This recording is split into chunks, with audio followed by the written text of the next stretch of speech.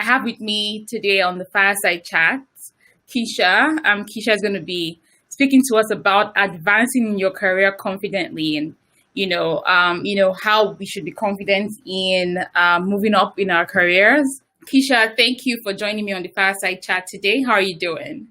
All right, Kisha, a little bit about my background, very, very diverse history. I'm originally from Jamaica. I was raised there and then, from the Caribbean. And then in high school, I moved to Fresno, California. And so I have lived the majority of my life here in the U.S. Now I live in Stamford, Connecticut, and about 40 minutes from New York City. The majority of my professional career has been focused in human resources specifically, but focused on organizational and talent development. So an executive coaching and training, that kind of a thing. So I've spent the last 20 years in various HR roles and really focus on helping people refine their skills, and most importantly, even now, owning their power, owning their brilliance so that they can advance in their career. And that involves not just like mindset and confidence, which is a big part of what we're going to talk about today, but strategic workplace strategies. How do you navigate organizational politics so that you're able to get ahead and not get bitten by the politics? And then strategic career planning. So those are really what I focus on. What's like the most common, or what are the most common mistakes people make, early in their careers? For me, I find with a lot of people is they never really have a plan. So they don't even know how they want to grow. They're just taking each day as it comes, but we should be very strategic and intentional about our careers. So what are, some common mistakes that you find that, the everyday professional is making, in their career?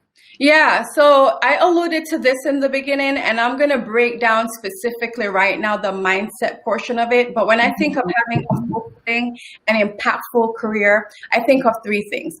I think about mastering the inner game, so mindset. We look at people, at athletes like Michael Jordan, the late Kobe Bryant, etc. The reason they were able to show up powerfully every single day is that they work on their internal game and their mindset, right? That people underestimate, and it sounds like woo-woo, but the reality is that once you have your expertise down packed, it's the mindset that's really going to make a difference between you staying stuck and going to the next level.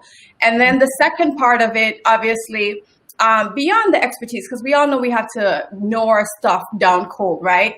But the second part of it, as I just talked about, is this strategic career planning, knowing where you are now and then where you want to be.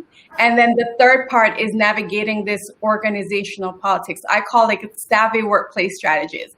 And that's the umbrella under which I'm going to be talking about. Right now, when we talk about things that hold us back early in our career, one of the mindset shifts that we need is that we have this good girl or good student syndrome, right? All of us come in with our master's degrees and our bachelor's degrees, and we know we have to know our stuff down cold. And yes, expertise gets you in the door. Expertise gets you hired. Your resume gets you hired, right? But what's going to get you to that next level is beyond expertise. And so one of the biggest mistakes is focusing on your job only and not focusing on your career, which is a long-term plan, right? Your job and your career are two different things. Because people who are focused on their job are focused on doing good work. They're focused on delivering results. And that is good because that's the foundation. Because if you're not going to deliver results, trust me, the organization is going to get rid of you quickly, right? That's what's going to get you paid, delivering results. But what's going to get you promoted is more than that, right? It is. So when we think of somebody who focuses on their job, is they put their head down, they do the job well, they execute, but nobody knows who they are. So they find themselves in a cycle of working hard and delivering results, but nobody knows the great work that they are bringing to the table. And because nobody knows the value that they bring, they end up being a worker bee with no recognition and no rewards and no proof that they're bringing value to the table. And so that it's that long-term strategy. And so one of the things, I think there are many different components, but one of the things that somebody who focuses on their job and not their career does is that they focus on the work. But when you focus on your career, you also focus on how do you get that visibility? Is who knows you? How can you get that stretch assignment that's going to put you in front of decision makers that can use their social capital to open doors for you that you cannot open for yourself? And so knowing how to network, to build relationships with decision makers, and to advocate for yourself. Advocate and communicate the value and the impact you bring is what you need in addition to deliver a result, or in addition to your expertise. There's that imposter syndrome. So how do we handle the imposter syndrome that's holding us back from advancing confidently? The syndrome comes partially because, not just because you don't necessarily, a lot of us don't necessarily have the background, right? A few of us are lucky to do, but like, I'll speak for myself, and I would assume you as well. We weren't raised in a household where our parents were CEOs, right? And so we weren't raised in a corporate culture. So the fact that we don't have that, that breeding, that corporate breeding from childhood, which some people are lucky enough and fortunate enough to have. That's one part of it. You don't have the background. But the second part of it is that when you look up, everybody doesn't look like you. They don't sound like you. They don't act like you. And here in the US, we talk about working twice as hard, because when you actually do get at the table, you actually don't have the luxury of being viewed as an individual. Because if you fail, the implications of your failure is attributed to an entire race. I think Black people.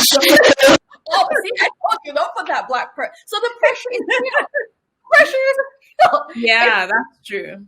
And so it takes some work. It's real work that's required, and it is possible, but takes some work to know that, listen, my hard work and my studying, like we just talked about, got me here at the table. And so now that I'm here at the table, I've got to own the fact that I bring something to the room that nobody else brings. That our success and our value is actually based on that difference.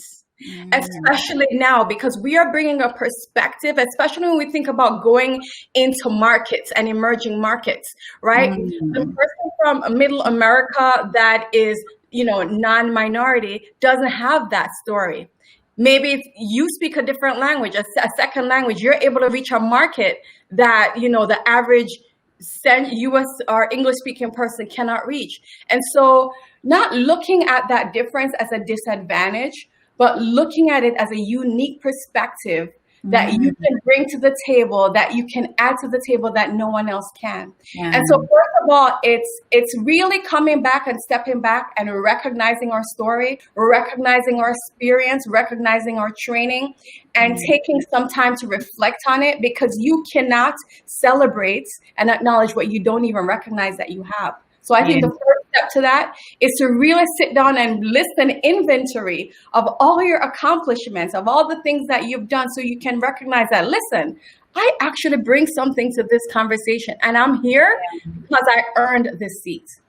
Second, I will quickly say is to recognize that everybody has this feeling of not enough. It may be based on something different, but regardless is there. I always ask this question when I do workshops is, people, raise your hand if you've ever felt like, I'm not good enough, I'm not smart enough, I'm too young, I'm too old, my English isn't good enough, I don't belong here. And 100%, no matter men, women, Black, white, Hispanic, Asian, everybody puts your hand up. And then finally, recognizing that imposter syndrome doesn't come up when you're sitting on your laurels not doing anything. When it comes up, it's because you're pushing yourself outside of your comfort zone. It's learning and happening, or learning and growing is happening. And so recognize that, okay, actually something to be celebrated. I'm feeling imposter syndrome. It's because I'm pushing myself. For someone who is able to, sort of beat imposter syndrome and say, okay, I want to advance in my career, I want to move up the ladder. How can we get that visibility? First of all, pay attention to the people who are paying attention to you. Sometimes we miss out on the people that would be invested in us, right? So if you're doing hard work and there's a person that even at one level above you, maybe your boss, that has already acknowledged verbally or even in your performance appraisal that you're doing good work, tell them, let them know what your ambition is. Because if you don't, it says you get not because you ask not, right? Mm-hmm. And so let them know, I'm interested in going to the next level. What do I need to do to get there? So one, be your own advocate. Vocalize your ambition. Let people know. I would say that's at least 50% of the battle. And once you do that, make sure you're speaking to the right person. I would say start with your manager, but don't end with your manager, right? Who else is at your manager's level or at a higher level that you can start talking to? And so you can ask your manager to make an introduction, right, to them, so that, and you tell them why you want that introduction, because you want that visibility so that people will get to know you and sponsor you and mentor you, right? And then the other thing is that beyond the manager and their relationships, it's also making sure you're getting high visibility projects so that other people who are not necessarily in the line of command of your manager, especially cross-functional projects that will give you exposure to a wide range of people, you do that. And then third, networking. Network on LinkedIn. Network, in your organization. Network in professional organization. Network in employee resource groups within your company. Network. Those are the three big things I would say people will need to do is make sure, I say, own your career. Don't allow anybody else to be in the driver's seat. Sit down and plan and recognize where the gap is. And if there's a gap in visibility, I just talked about projects and I just talked about making sure you meet the right people that can advocate for you. Now, speaking about organizational politics, how do we, I know that's also one of your favorite topics. How do we, grow past that? How do we, I don't want to say leverage politics, but how do we play the game? I would say most women and a lot of people of color, what they're really good at is building relationships, right? And people will advocate for who they know. There's no way they're going to, and so it actually goes back to the whole networking thing that we just talked about. Yeah. Because the reason why, and I will call it the boys club because it is, the reason why the boys club is still so strong is that they're golfing together, they're networking together, they're going after work and they're drinking beer together, right? But what I tell people is just like, okay, maybe you don't golf, but figure out a sense of commonality that you can build relationship. Because the only thing that they don't just golf, right? There are other interests that they have. Yeah. And so study people. If you want to be successful in your career and navigate politics, you got to be observant. You got to study people, figure out what they're passionate about, and connect with them on that level. And so, like, the thing that holds a lot of people back is that we are so resistant to politics. And I'm like, listen, like, the minute you actually just accept that people are people and that you have to be strategic in terms of how you get to build that commonality and work through the politics, it's easier it will become, right? Yeah. And so for me, it's number one, is stop resisting it. Stop saying it's so horrible and so hard. Just like get up, and you have been a strong, tough person to get to this part in your life. The same strength, the same determination, the same ingenuousness that got you to this level can help you to be ingenuous enough to be able to navigate those politics. So for me, number one is people connection. And then number two, to navigate, we go back to, is build relationships with people that are actual decision makers. And I'm going to make one point on this. There's a whole concept of mentoring. And then there's the concept of sponsorship. And what I believe is a lot of times we are over mentored, meaning we're over taught things. We get so many mentors, but the people that are mentoring you, do they actually have social capital to hire you, to give you the promotion? Do they actually have influence? And if they don't, it's nice for them to be your friend, but you got to take your game up to the next level and say, I got to meet the people that can open the doors. Because you mentoring me is good when I want to learn something, but when I want the job, I need to find the decision maker. And so make sure you're building relationships with actual decision makers, not just people that look like you or people that you like. How do we handle the fear of success? There are many reasons that people could be afraid of success, right? A couple of them are, one is that you are afraid of being alone, right? You're afraid of breaking rapport or the relationship. Yeah. Right?